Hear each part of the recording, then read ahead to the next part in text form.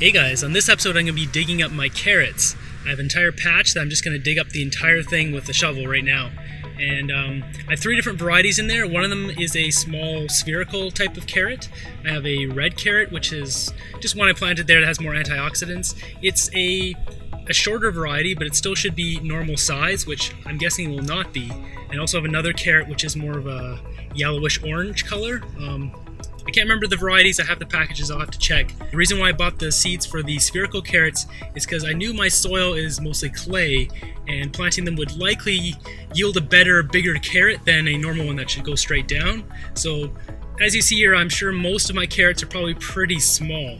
So I don't know. We'll check it out. Let's go do it.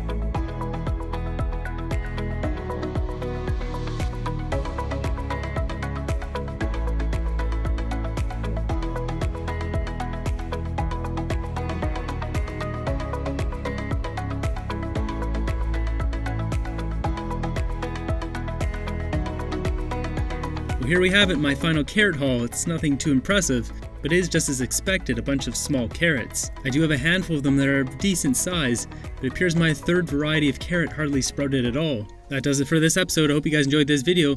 Consider subscribing to the channel, join the family. Until next one, have a great day.